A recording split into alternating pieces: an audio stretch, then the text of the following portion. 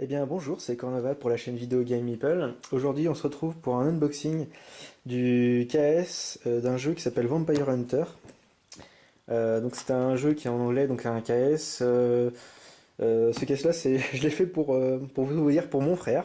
Donc du coup c'est ces boîtes que je vais ouvrir, que je lui remettrai du coup par la suite. Donc on va ouvrir ici alors je vais faire du coup cet unboxing en deux parties, du coup une première partie avec la boîte de base et une des extensions qui s'appelle Castle Dracula. Et une deuxième partie avec la deuxième grosse extension, plus le contenu KS et des deux trois petites extensions supplémentaires. Donc on part tout de suite dans le vif du sujet, on va commencer par la boîte de base. Hop là, donc c'est un jeu coopératif de 1 à 4 joueurs si je ne me trompe pas, de souvenirs. Je vais retrouver certainement l'information sur la boîte. Ce sera forcément au dos de la boîte. Hop, pour éviter le tout bousiller, on va retrouver la boîte gentiment. Donc c'est bien ça, un jeu de 1 à 4 joueurs, donc c'est du coopératif, pour des parties qui durent à peu près 1 heure. Alors du coup, comme les boîtes aussi m'appartiennent pas, je ferai pas de vidéo de partie, j'en fais assez rarement, assez rarement pour le moment, j'en ai pas encore fait, mais c'est dans l'optique d'en faire plus tard. Donc je ferai pas de partie de ce jeu-là, de vidéo de partie de ce jeu-là. Par contre, je mettrai dans les liens de cette vidéo les liens vers des vidéos d'une chaîne d'un Français qui a du coup enregistré, il a fait plusieurs vidéos sur une partie qu'il a fait du jeu. Donc si jamais ça vous intéresse, je vais vous mettre les liens dans la description de la vidéo et comme ça vous pourrez les voir. Ce que ça donne en plein jeu. Donc on a un livre de règles qui, ma foi, est assez épais. Il est quand même assez mastoc, ouais, presque une soixantaine de pages. Donc bah, comme d'habitude, hein, avec tout le résumé du matériel, les maps, un tas de règles. Dans le jeu, en fait, on va incarner des chasseurs de vampires, comme le nom l'indique, avec une gestion alors, je vais vous dire ça par rapport à des règles dont je me souviens. Une gestion aussi du jour et de la nuit, en fait, où les vampires, du coup, sont moins actifs le jour et beaucoup plus actifs et beaucoup plus dangereux la nuit. Et de souvenir, il y a même éventuellement des fenêtres et des choses comme ça qu'on peut casser sur le bâtiment pendant qu'il fait jour, ce qui va venir du coup attaquer du coup les, les, les, les vampires qui sont présents dans les différentes pièces. Là, du coup, on a des scénarios. Donc, c'est un jeu avec des scénarios qu'on peut retrouver dans des jeux comme Zombicide et des choses comme ça. Pas mal de scénarios. J'ai l'impression qu'il y en a une bonne dizaine. 11, ouais, il y en a 12 au total dans la boîte de base. Et un résumé du tour. Un résumé du jeu. Alors là, du coup, on a quoi? Ça, c'est les fiches de personnages qui sont assez fines en final. Recto verso, je vois pas trop l'utilité du recto verso là sur le coup. Ah si, c'est là il y a deux slots. Et sur celui-là il y a trois slots d'inventaire. D'accord. Donc c'est en gros des fiches qui vont permettre de mettre la fiche d'identité de notre personnage. Ici ça va être son arme basique avec les caractéristiques, différents slots pour les équipements. Et ici je me demande si c'est pas censé être des compétences ou des choses comme ça qu'on va mettre dans cette partie-là. Alors nous avons hop la roue qui va du coup nous donner en gros l'heure avec du coup les phases de jour et les phases de nuit. Donc là on voit effectivement qu'on a une phase avec The Awakening. Donc là on a la phase de jour et ici la phase de nuit. Donc en fait au fur et à mesure que la journée va avancer, du coup le jour ils sont assez ils sont en fait ils sont en train de pioncer les vampires, sauf si on les réveille bien sûr. En les attaquant notamment. Et la nuit du coup ils seront beaucoup plus actifs et beaucoup plus dangereux. Alors là, du coup, on a les dalles. On en a combien? Les dalles de jeu, on en a 6. Donc forcément recto verso. Avec du coup pas mal de détails sanguinolents, bien sûr. Voilà. Donc on a, alors de souvenir, les points qui sont ici, je crois que me semble me souvenir que c'est pour les lignes de vue. Et les différentes pièces aussi ont des chiffres dans certains angles. Et ça sert notamment au spawn de souvenir. Alors, on a pas mal de tuyaux. On a des espèces de grands couloirs. On dirait la moitié de l'intérieur d'une mine. Hop. Ou des égouts en fait. Il y a pas mal de sous-sol, il me semble, de souvenir. Grande salle. Hop, une pile d'ossements ici. Sympatoche. Ils sont très bons là, pour la déco. Hein. Super déco chez les vampires. Hop, des trous, des choses comme ça. Ça aussi ressemble vachement à l'autre tulle qu'on a vu tout à l'heure. Ouais. Bah, le design est assez passe-partout quand même. Hein. C'est très sombre, hein, forcément. Et, ouais. Donc c'est organisé en grandes zones comme ça. Alors on a des punchboards avec différents tokens. Donc là on a une espèce de fosse, alors qui apparemment il n'y a pas de ligne de vue à travers. On a différents petits jetons, donc les points d'interrogation ça doit certainement être lié à des objectifs, des choses comme ça. Ici ça doit être tout simplement certainement des blessures vu que c'est une tache de sang, avec des multiplicateurs 3, 5. Les points, je sais plus ce que c'est. De souvenir, c'est des choses qu'on va pouvoir accumuler pour activer des compétences de souvenir. Voilà, des échelles qui sont, je crois, des passages, une espèce de passage secret, des portes. On a différentes choses. Là, on a des leviers du coup qu'on va pouvoir activer. Différentes choses, des barrières, on dirait, des barricades. Donc, on voit par exemple une fenêtre qui est barricadée. Donc en gros qu'on va pouvoir casser, alors si je ne me trompe pas du coup de l'autre côté, voilà. On voit la fenêtre, le barricadé qui est cassé et du coup avec la lumière qui traverse. Ce qui va potentiellement du coup pouvoir agresser nos amis, nos chers amis vampires, hein, qui seront forcément du coup pas très contents. Là, ça se dépunch tout seul. Avec le fait d'y toucher, là c'est pas mal, du coup on a pas mal de tokens qu'on avait déjà vus. Encore pas mal de portes et de fenêtres. Voilà. Ensuite, on arrive au cœur de la boîte, qui vont être des figurines. Si j'arrive à l'ouvrir, hop là, olé. C'est en train de se casser la gueule, hop, hop et... Du coup, on va avoir différents types de vampires. Là, il y a une sacrée tête de chauve-souris, on dirait qu'il est à moitié en train de se transformer en chauve-souris en fait. Celui-là, c'est assez... Ils sont plutôt sympas du coup. Les ailes, alors j'ai l'impression qu'ils ont deux poses différentes ceux-là. Avec les ailes plus ou moins ouvertes. Là, on a un monsieur qui a un petit problème cardiaque, on dirait. On dirait à moitié une goule.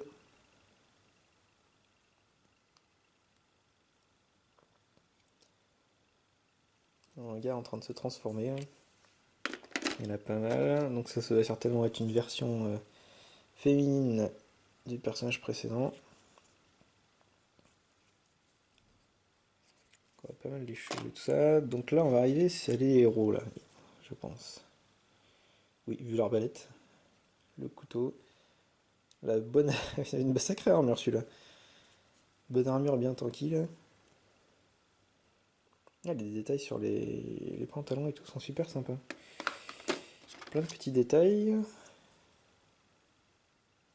Personnage féminin avec la bonne grosse arbalète. Ils ont tous un pieu, plus ou moins un pieu dans l'autre main en général. J'ai l'impression. Hop là. Celui-là. Alors, qu'est-ce que c'est que ce truc?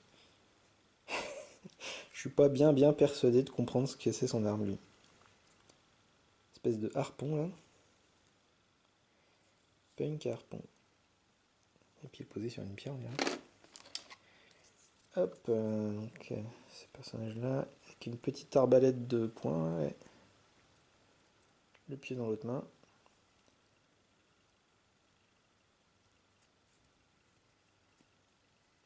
La pose est assez dynamique, c'est marrant. Hop.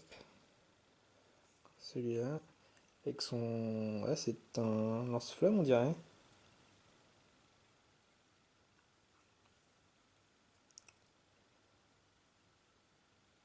Donc pas mal, ils ont il y en a certains qui ont une sacrée armure là. En même temps, apparemment, le jeu est quand même assez costaud, hein. Quand les vampires vous attaquent, ça peut rapidement faire mal, hein. De ce que j'ai pu voir, du coup, des parties dont je vous parlais tout à l'heure, là, des vidéos dont je vous parlais tout à l'heure. Alors, on a un paquet de dés. C'est des dés normaux et un dé spécial, on dirait. C'est l'horreur. Je vais m'écarter de la caméra parce que ça fait un bruit de boucan.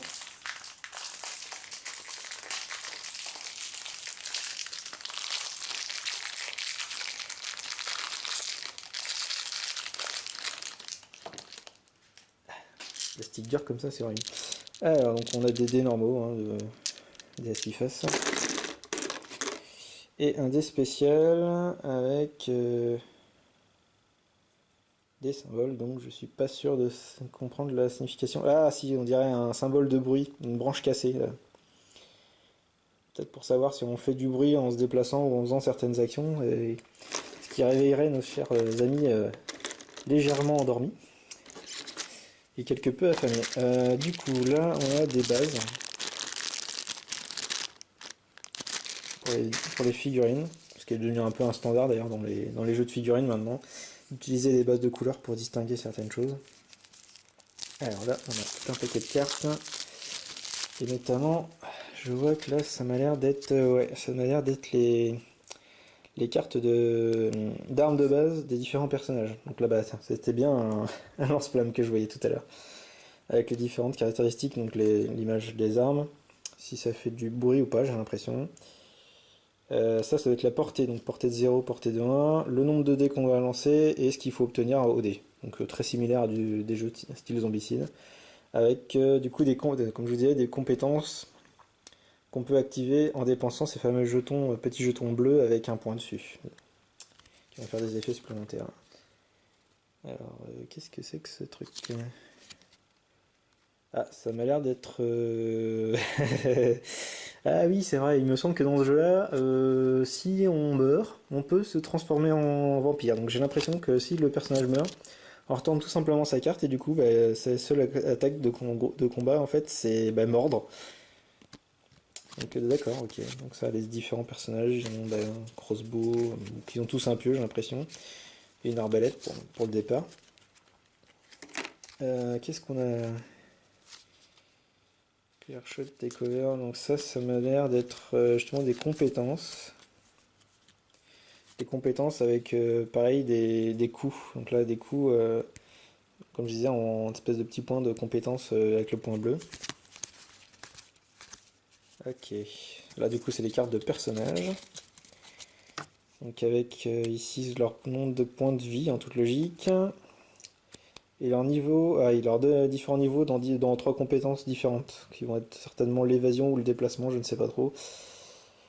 Ça, je sais pas si c'est la santé mentale et la connaissance, quelque chose comme ça. Puis du coup, une capacité spéciale. Parce qu'on voit que du coup, ils n'ont pas le même nombre de dés sur les différentes caractéristiques à chaque fois, pas le même nombre de points de vie, et des compétences différentes.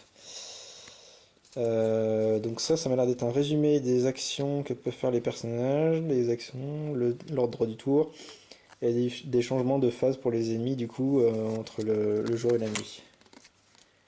Avec au dos, du coup, un petit résumé, certainement. Hop, j'ai récupéré les cartes tout à l'heure. Des règles spéciales liées à certaines choses, donc les plus anciens vampires, le lien avec tout ce qui est lumière, les vampires qui dorment et tout ça. Les résumés de règles, des petits rappels de règles sur les cartes, ça a l'air plutôt bien fait. Et là, ça m'a l'air d'être les différentes créatures. Donc là, c'est des chiens vampires, donc on n'a pas vu, mais qui doivent être dans le truc d'en dessous. Les trals, voilà, c'est ça, l'espèce de ghoul que je voyais tout à l'heure. Les giant bats qu'on n'a pas encore vu, donc on va voir en dessous. La Burrower, qui m'a l'air sympa, on va certainement voir après. Les warriors, donc ça, c'est ce qu'on a vu tout à l'heure. Les quoi? Les Upir? Peut-être pas bien sûr de comprendre là. Ok, donc ça va être aussi du coup, donc avec les caractéristiques, excusez-moi. Ah, et puis on voit du coup, et ça doit être du coup ce qu'on gagne en tuant la créature, on gagne du coup ces fameux points de compétence dont je parlais tout à l'heure. Avec du coup les capacités spéciales des différents monstres, leur nombre de points de vie, le déplacement, l'initiative pour, je suppose, déterminer, de soutenir l'ordre d'activation des différentes figurines, et puis bah, du coup tout ce qui doit correspondre à l'attaque en toute logique. Donc ça a l'air d'être des boss. Hein. Ouais. Ok, et bah du coup, on va pouvoir regarder la truc suivante. en dessous. Alors les autres figurines. Hop là, ça fait coder. Et oh la vache, il y a encore des cartes. Déjà on peut aller voir les Giant Bat, les chauves-souris géantes. Ils sont pas mal avec les ailes et tout là. C'est carré grande patte par contre. Hein. Ok, les fameux chiens vampires. Hein. Un poil décomposé. Mais néanmoins musculeux. Donc on a encore ces créatures avec oui, le torse qui est en train de moitié de s'ouvrir là. Alors on a celle-ci, je me souviens déjà plus des noms, qui alors soit est en train de sortir du sol, soit est en train de fondre à moitié, mais je pense que c'est plutôt pour simuler le fait qu'ils sortent du sol. On dirait à moitié un Gremlins.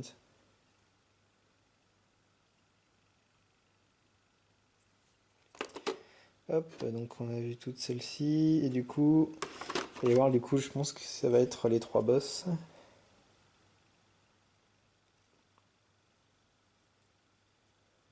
Avec son sceptre, avec des crânes, du coup, et une cage thoracique, oui, c'est bien ce qui me semblait.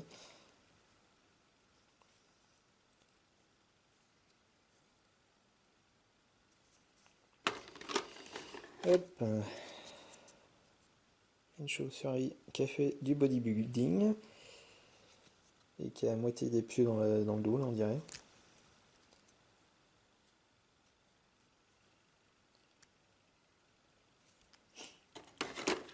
Les figurines sont plutôt sympas. Hein. Et celui-là, la pose comme ça me fait penser à une affiche de Spawn. Je sais pas pourquoi.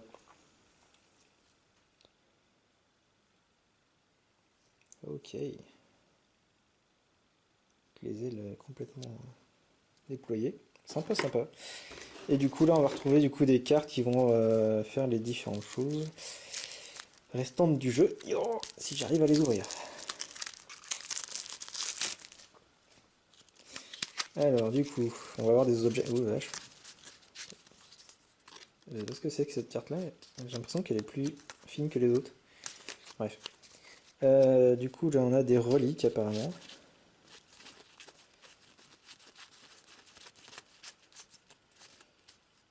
Des items, donc du coup, les reliques, des bandages. Le sang de Sainte-Catherine, d'accord, c'est sympa. D'accord. Sympatoche.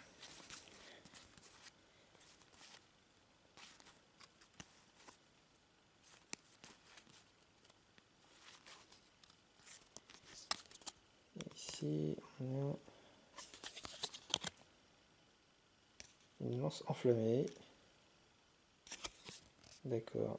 Ah oui, d'accord, on a le kit, d'accord, on a une espèce de kit pour faire une lance enflammée en fait. On a un bout de bois, du tissu et un jerrycan d'essence quoi. Et du coup, je pense qu'on le retourne pour fabriquer du coup une arme. Ouais, c'est ça. D'accord. Ouais, c'est marrant ça.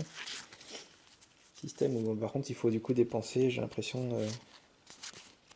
Et c'est ça, il faut dépenser du coup des points pour fabriquer du coup une arme à partir de petits morceaux de tissu, de bouts de bois et compagnie à trouver sur place. Ça c'est marrant ça du coup. Je crois qu'on n'avait pas regardé toutes les cartes, il y avait des items aussi avec. Ouais, il y avait même plus que ça. Les items. On a des bibles, garnins. D'accord, donc on a des bouteilles pour faire d'accord, qu'il y a une grenade d'eau bénite, je suppose. De la grenaille pour faire un lance-flamme. Comment je fais un lance-flamme? Ah si, c'est une bonbonne de gaz, autant pour moi, j'ai pas vu. Ah oui, d'accord. Donc ça c'est marrant, du coup, ça fait très... ok. C'est je fabrique moi-même mes armes avec ce que je trouve sur place, ça c'est marrant. Ok, bah du coup, ouais, ça fait... C'est assez drôle ça. C'est assez marrant comme idée. Et ici, du coup, ouais, ça c'est des systèmes de rencontre ici avec le chiffre qui correspond aux différents chiffres qu'on trouvait dans les pièces, comme je vous disais.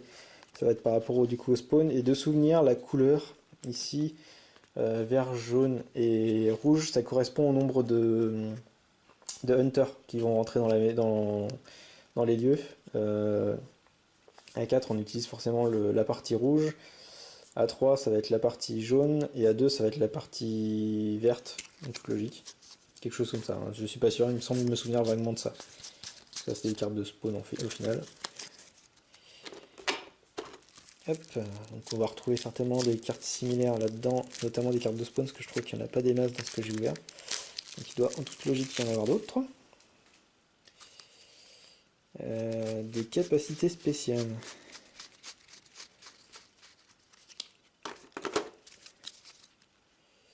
D'accord, on peut trouver des medkits, kits médicaux, des bons, des...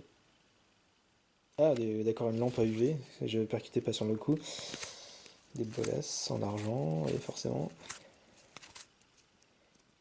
Qu'il y a des grenades. Des shots d'adrénaline. Un boomerang, des armes bien sympatoches.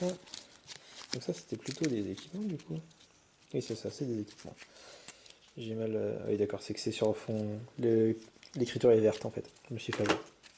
Du coup, là, on a les capacités spéciales des personnages avec du coup le coût pour les acheter du coup et pour les utiliser. D'accord, donc avec du coup les capacités spéciales qui est inscrite au-dessus. Les capacités spéciales qu'on va pouvoir acheter et utiliser avec ces fameux petits points de compétences qu'on obtient en tuant les vampires. Hop, et du coup, là on a quoi? Elder Influence. Ah oui, ça c'est quand on a un ancien qui est présent ou qui se réveille dans la maison et du coup il va y avoir ça va, de souvenir, c'est comme une sorte d'événement en fait qui va se passer quand on essaie de l'attaquer. Je ne me souviens plus exactement, mais en fait c'est différents petits événements qui vont se passer, ça avec des tests à résoudre. Et avec la conséquence si on y arrive ou si on se craque. Hop, et le dernier paquet de cartes. Ah. Hop là. Donc nous avons quoi? Des activations de nuit et des activations de jour. Donc là justement c'est les fameuses cartes quand on va être là c'est de nuit du coup. Et ça en fait ça décrit tout le cheminement de ce qui va se passer au niveau des zombies. Réflexe. Des vampires en fait, ce qu'ils vont faire progressivement en fait, ça décrit tout ce qui va se passer. Donc là on a le paquet pour les activations lorsqu'on est en phase du coup de nuit. Et on a un paquet ici pour les activations de jour, qui est au final articulé exactement pareil, avec une succession de ce qui va se passer. Sachant que je de souvenir chacune des cartes d'activation comme ça, la partie jaune ça s'applique de manière globale sur le terrain, et que la partie rouge s'applique spécialement pour la personne dont c'était le tour, ou l'inverse, je sais plus. Il y en a une des deux qui est pour la globalité du bâtiment et l'autre qui est pour spécifiquement le joueur qui était en train de jouer. Des events.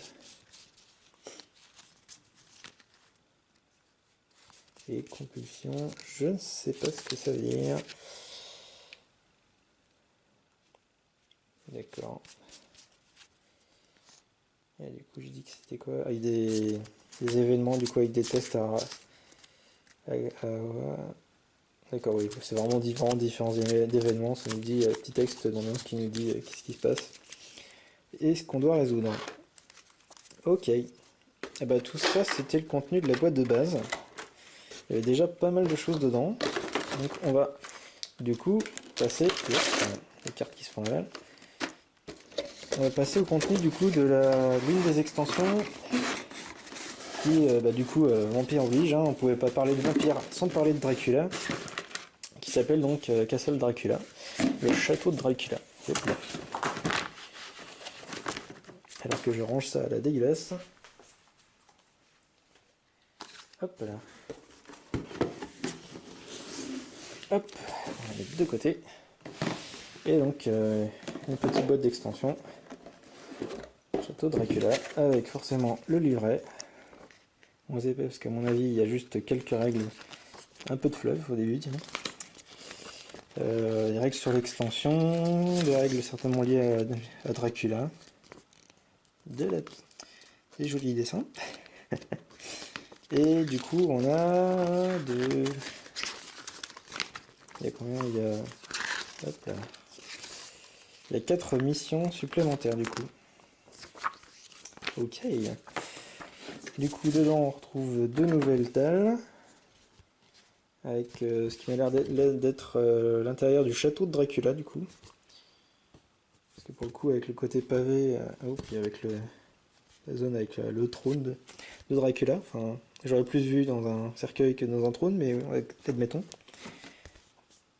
Et là ça m'a l'air d'être une crypte, vu la façon dont c'est fait. On dirait une crypte, avec ici l'intérieur d'une église, on dirait. Ça m'a l'air d'être ça, une sorte de chapelle, ouais. Ok. Donc 2 dalles et une boîte avec des figurines. Ah la vache. Tintintin. Là j'avoue que je sentais que la boîte était légère, mais je pensais pas à ce point-là.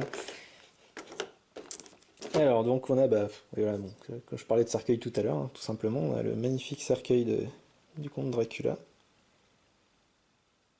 Qui est plutôt sympa, qui est vachement détaillé, hein. Toutes les frises sur les côtés et tout. Plutôt sympa. Nous avons un gentil monsieur qui, je ne saurais vous dire si c'est un nouveau héros ou si c'est un vilain. Il y a de très belles bretelles. Alors nous avons ici, du coup, toute logique, Dracula. Qui a pas l'air content quand tu lui comme ça, hein. Et ici nous avons les 3 fameuses demoiselles qu'on avait dans l'illustration. Qui doivent être peut-être une sorte de succube ou quelque chose comme ça. Alors la pose est un peu spéciale, hein, c'est un peu drôle de dame là. Du coup ici on va pouvoir voir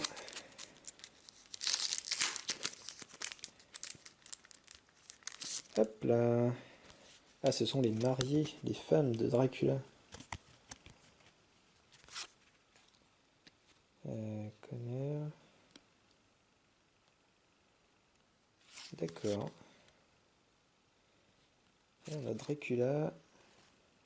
Enfield. J'ai pas fait gaffe qu'il y avait plusieurs côtés.